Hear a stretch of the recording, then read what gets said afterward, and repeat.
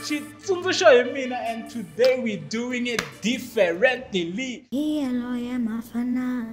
asked me a long time ago, before any other actor knew, that can you please play Mafanato? You know, you look like Mafanato and whatnot. This is the type of girl we want. Who Mafanato knows is herself at her core, and that's her secret. The rest of the world is just revolving, and they think they know who this person is, but they don't really know.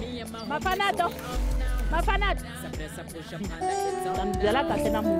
She's a dangerous person. You do not want to be with that person because she could kill you. This is somebody that could legit kill you, and you know, nobody could ever know. That's why I'm not even Team Mafanato. I'm Team Maureen.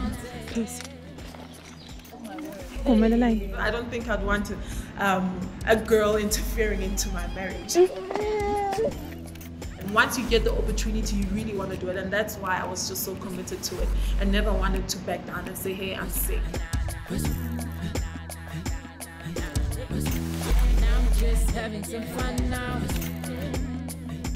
out of here. I'll see you guys. Thank you.